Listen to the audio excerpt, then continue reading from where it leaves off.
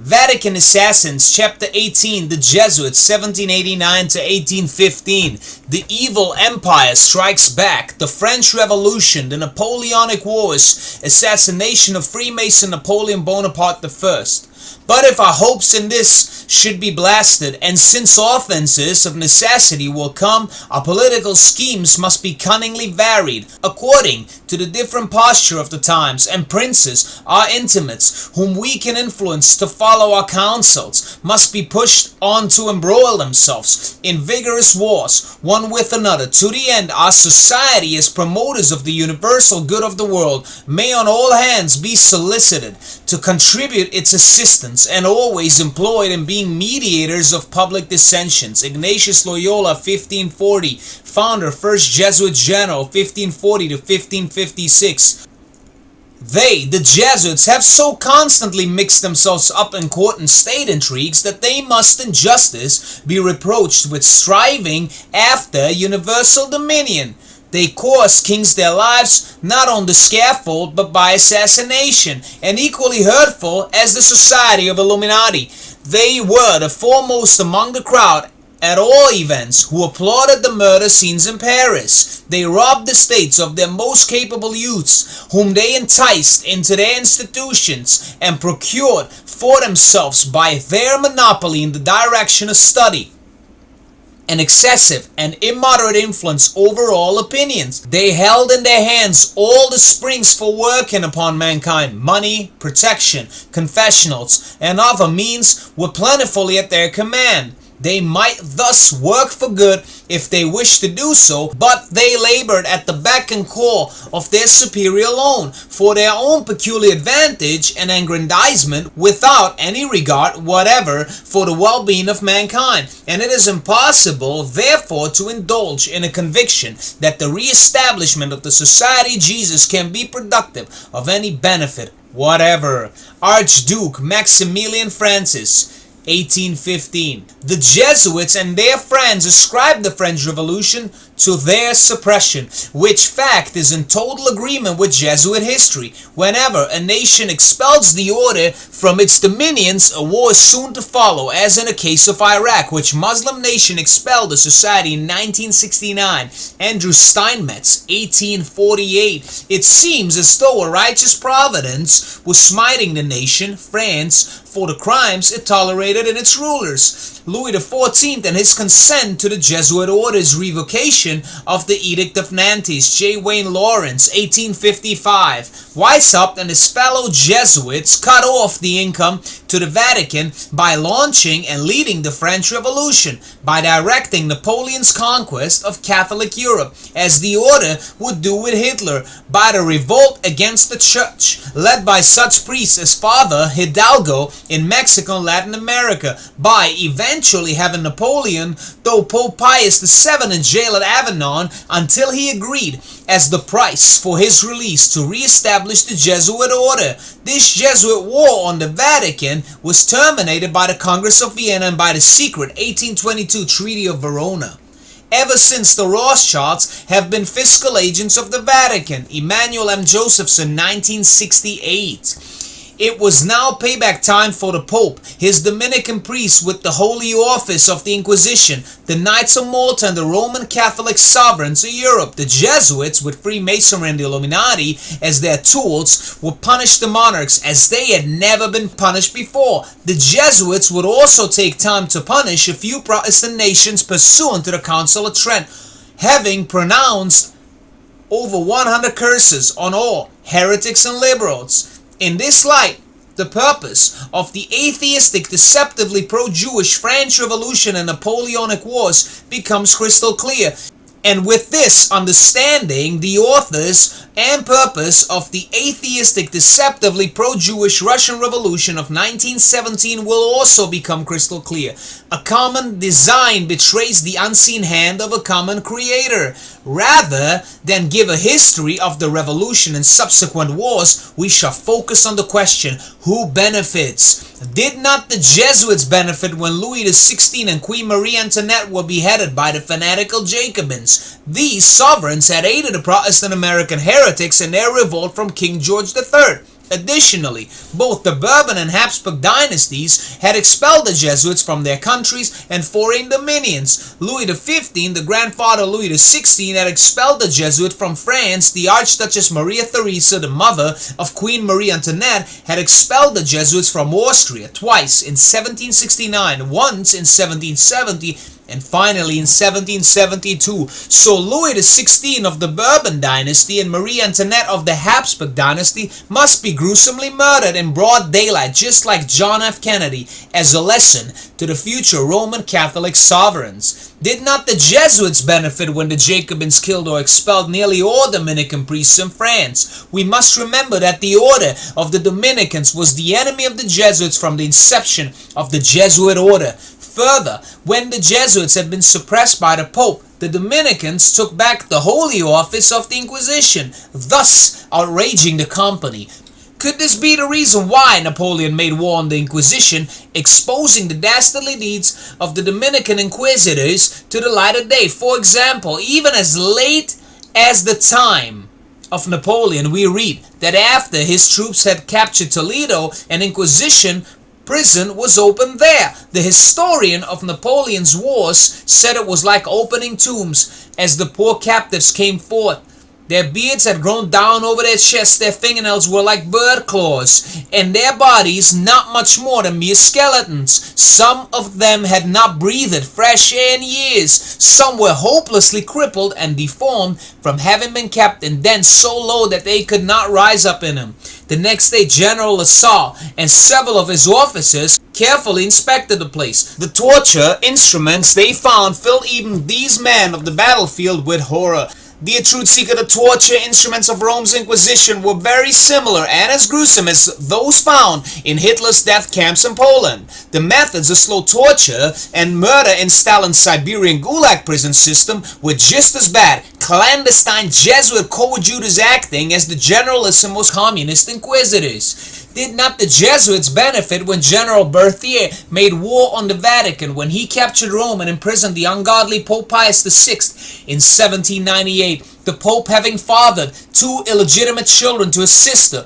Was this not a payback, as the Pope had imprisoned Jesuit General Lorenzo Ricci following the abolition of the Jesuit order? Did not the Jesuits completely humiliate the Pope when the occupying French soldiers overturned St. Peter's chair? Of this we read, I said so on the authority of Lady Morgan, who in her work of Italy in the 4th volume says that the sacrilegious curiosity of the French at the time when they occupied Rome in the beginning of this century overcame all obstacles. In order to see so famous a seat, they took off its copper covering and drew out the seat, and examining it diligently found there engraved in Arabic characters these words, "There's one God and Mahomet is his prophet." The Pope, then knowing that amongst the relics there was a seat brought as a relic from the Crusades, ordered this to be taken and brought for veneration. Did not the Jesuits benefit when Napoleon Bonaparte drove the Bourbon King of Spain, Charles IV, into exile? Did not the Jesuits benefit when Napoleon exiled the Braganza monarchs, Queen Maria Francisca I, 1777 to 1816, and his son John, later King John VI, 1816 to 1826 of Portugal to Brazil? Did not the Jesuits benefit when Napoleon drove the Knights of Malta from the island of Malta, confiscating all their treasures and weapons? Remember, the Knights had previously expelled the Jesuits from Malta in 1868. Did not the Jesuits benefit when Napoleon conquered the Protestant Dutch Republic founded by one of our heroes, William I of Orange? Did not the Jesuits benefit when Napoleon conquered Italy and vanquished Austria, as both nations had expelled the Jesuit order? Did not the Jesuits benefit when Napoleon conquered Protestant Switzerland? Would not the Jesuits have benefited if the French General Hope had succeeded in breaking away Catholic Ireland from Protestant England, later accomplished after World War I? Would not the Jesuits have benefited had Napoleon, the Masonic Zionist, conquered Jerusalem, he having called for the establishment of Jerusalem for the Jews on April 14, 1799? Did not the Jesuits benefit when Napoleon broke up the Pope's Holy Roman Empire? Did not the Jesuits benefit When Napoleon killed 600,000 Roman Catholic French vendee who remained loyal to the Pope, why did nearly every strategy of Napoleon result in benefiting the Jesuit order? The answer is in the person of Abbé Sieyès. According to Ritpat's Universal History, this priest was a prime mover of the French Revolution, the Directory, and was the second consul on Napoleon's consulate, Pierre Roger Ducos being the third, calling for the end of the nobility and clergy, the enemies of the Society of Jesus. It is also most fascinating to see that Sieyès, the man whose coup d'etat brought Napoleon to power, was Jesuit trained. We read, Sieyès Emmanuel Joseph, 1748 to 1836, one of the chief political thinkers and writers of the period of the French Revolution and the First Empire. He was destined for the church, educated by the Jesuits, became a licentiate of the canon law, including the oppressive Jesuit moral theologies and the evil counsel of Trent. Thus, Napoleon, the Roman Catholic Freemason surnamed Robespierre on horseback by Madame de Staël, whose right-hand man was both a Jesuit-trained and controlled advisor, Abbé Sieyès, was brought to power from the Jesuit stronghold of Corsica. By 1812, the Jesuits had punished their enemies with their Masonic avengers many victories. It was now time to destroy his grand army, as those men would not allow the restoration of the old absolute monarchy. So Napoleon attacked Russia and then abandoned his patriotic soldiers, those men having hated absolute monarchy with all their hearts, to the winter snow and Russian army. Of the retreat from Moscow, Count Leo Nikolaevich Tolstoy writes in his War and Peace, one army fled and the other pursued, but after a 4 days halt, the mob, with no maneuvers or plans, again began running along a beaten track, neither to the right nor to the left, but along the old, the worst road. At the Berzina, they again became disorganized. Many were drowned and many surrendered, but those who got across the river fled farther.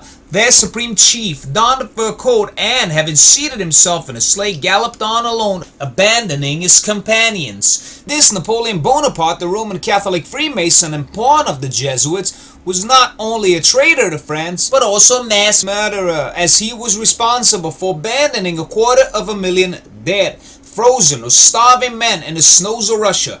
He should have been hanged for being not only a traitor, but also a heartless coward. And who gave him the order to abandon his army? It could only be his masters, the Jesuits, who had, in the words of Eugene Sue, brought him from nothingness to become emperor of the French and master of the world. Dear truth seeker, 130 years later, the Jesuits would order the destruction of the German army in the east. Their Masonic tool, Adolf Hitler, during Operation Barbarossa, would snatch defeat from the jaws of victory, destroying his army in the snows of Russia, aided by General Galen. He, like Napoleon, ensured an Allied victory with the agents of the Jesuits, determining the terms of surrender. Following Napoleon's Russian campaign, his successful betrayal and murder of hundreds of thousands of freedom-loving Republican soldiers, the Jesuits sought to restore the old order of things. The Society of Jesus was revived in 1814 and the Congress of Vienna also beginning. Meanwhile, Napoleon was rewarded for a job well done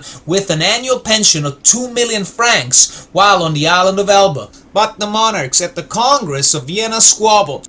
So the Jesuits brought Napoleon back to France, known as the 100 Days. This frightened the monarchs into coming to terms with each other. With the Congress of Vienna having fulfilled the purpose of the Jesuit order, the soldiers of France could now be finally defeated. Napoleon gathered an army of French patriots and deliberately sacrificed it at Waterloo by attacking the wrong point of the British line. For this wicked Masonic Napoleon Bonaparte, having seduced all of his sisters, replied to Prince Metternich that he did not give a darn about the death of 1,000,000 men. We read concerning General Stonewall Jackson's observations of Waterloo. In the summer of 1856, he employed his long vacation in a European tour, in which he visited England, France, and Switzerland. During this journey, he carefully examined the field of Waterloo and traced out upon it the positions of the contending armies. When he returned home, he said although Napoleon was the greatest of commanders, he had committed an error in selecting the Chateau Hougoumont as the vital point of an attack upon the British line. It should have been the village of Mont Saint-Jean. This opinion has subsequently been corroborated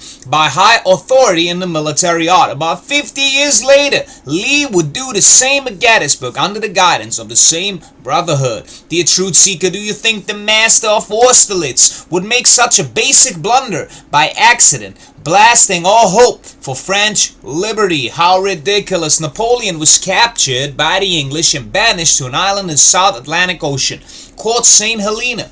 There his memoirs were written, which accurately described his masters, the sons of Loyola, having betrayed him into the hands of his captors. In awe and in anger he declared, the Jesuits a military organization, not a religious order. Their chief is a general of an army, not the mere father, abbot of a monastery, and the aim of the organization is power. Power in its most despotic exercise, absolute power, universal power, power to control the world by the volition of a single man. Jesuitism is the most absolute of despotisms and at the same time the greatest and most enormous of abuses. The general of the Jesuits insists on being master, sovereign over the sovereign wherever the Jesuits are. Admitted, they will be masters, cost what it may. Their society is by nature dictatorial, and therefore it is the irreconcilable enemy of all constituted authority. Every act, every crime, however atrocious, is a meritorious work if committed for the interest of the Society of the Jesuits or by the order of the General. The Society of Jesus had now emerged more powerful than ever. Satan's kingdom was no longer divided. In control of Freemasonry and the Illuminati, the Jesuits had taken the Protestant British Empire, its throne as well as its bank. London would now be the commercial capital of the world. They had retaken the Vatican and the control of the papacy. Rome would be their religious capital of the world, and by 1900 New York would be the Order's political capital of the world. They had punished the Roman Catholic sovereigns of Europe and would use England to restore them to their thrones again. Dear truth seeker, we must remember that even though Jesuit General Michelangelo Tamburini, 1706 to 1730, had revived the old Knights Templars under the new name of Freemasonry, with its letter G in the midst of the compass and the square standing for the Order's Church of the Gesù, it being the company's world headquarters in Rome. The craft was divided as a result of the first great schism of Freemasonry, 1753 to 1813. There were Masons loyal to the Black Pope such as Napoleon Bonaparte and Abbé Sieyès, and there were others who were loyal to their Catholic kings, country and people such as the ministers of state who expelled the Jesuits from their sovereign borders. These Masons were Sebastian Cavallo, Marquis of Pombal, of Portugal's King Joseph I, the Count of Aranda, of Spain's King Charles III, Minister de Tillot, and Duke de Choiseul of France's King Louis XV, and Prince von Kaunitz and Gerard von Sweden of Austria's Archduchess Maria Theresa. This revolt would begin to be remedied with the Council of Wilhelmsbad in 1782 and the creation of the Supreme Council of the 33rd degree in 1786 after the risen Son of God, successful Presbyterian Calvinist and Baptist Calvinist American Revolution, praise God. Now one final piece of business needed to be completed. On the 5th May 1821, Napoleon Bonaparte was poisoned with arsenic, and he knew it. By guess who? When Napoleon's will was opened after his death, General Montholon read the Emperor's last accusation concerning St. Helena's English governor Hudson Lowe, his detested jailer. Napoleon's words, destined to fly across Europe, were, "I die prematurely murdered by the English oligarchy and its hired assassin." Yet the truth was that Montholon had himself done the poisoning, had profited from Napoleon's will, and was loyal to his Jesuit masters. Dear truth seeker, who benefited? The Jesuits had used King George III to protect their Masonic King Louis XVIII while in exile during the French Revolution and Napoleonic Wars. Having betrayed Napoleon into the hands of his captors, they used the English king to banish the emperor to a distant island in the middle of the South Atlantic Ocean. They again used George III to restore Louis XVIII to the throne of France. Louis XVIII and gave the Jesuits permission to re-enter France, having been previously expelled by King Louis XV, including his Jesuit confessor, Pierre de Sacy, for which he paid with his ungodly adulterous life at the hand of another Jesuit-sent smallpox assassin. The Jesuits then used French troops to suppress popular liberty in Spain, pursuant to the oppressive policy of their Holy Alliance called by the Saxons the White Terror. The murder of Napoleon crushed the hope of the French for liberal government and silenced the only rival of Louis XVIII as he enforced the Jesuits' tyrannical program for the continent. Little did the French people know that Napoleon had been only a tool of the Jesuit order and was never intended to bring popular, liberal government to the European nations. If the Jesuits would poison Pope Clement XIV, would they not poison Napoleon? And if they would poison Napoleon, would they not assassinate an American president like John F. Kennedy? Yes, indeed, for he was mortally wounded in the house of his friends, the Jesuits, for he had attended one of their churches in Washington, D.C., while a U.S. Senator from Massachusetts. JFK knew his masters well, yet unlike his father, he dared to be a loyal American first. Napoleon Bonaparte I, 1769 to 1821, 1812, Emperor of the French Empire, 1804 to 1815. Being one of the greatest enigmas of history, Napoleon was a tool of the Jesuits. As a result of the order's suppression and extinction in 1773, Napoleon, having seduced all of his sisters and believing the people should not have the Bible in their own language, thus beckoned the Council of Trent, was brought to power out of Corsica, the order's island fortress. Through Bonaparte's military exploits, the Jesuits imprisoned Pope Pius VII, the papal Caesar, and drove the Roman Catholic monarchs of Europe into exile until they had learned their lesson never to interfere with the power of the Black Pope. Here we see the great betrayal by the Emperor as he abandons his grand army to the snows and vicious Cossacks of Russia in 1812. Out of 400,000 men, truly believing they were fighting for liberty, only 10,000 were allowed to return to France, the order intending to reduce Europe to the tyranny of the Holy Alliance. It was for this reason Bonaparte remarked to his secret partner in suppressing popular liberty, Prince Metternich, that he did not give a darn about the death of a million men. To further dash the hopes of the defeated French, Napoleon, betrayed by his Jesuit masters, including the Jesuit-trained coadjutor Abbe Sieyes, was confined to St. Helena, an island in the middle of the South Atlantic Ocean, and in due time given the order's poison cup by his general Montholon in 1821. Ritpath's Universal History, John Clark Ritpath, New York, Maryland Bacon, 1901, Volume 14, page 748.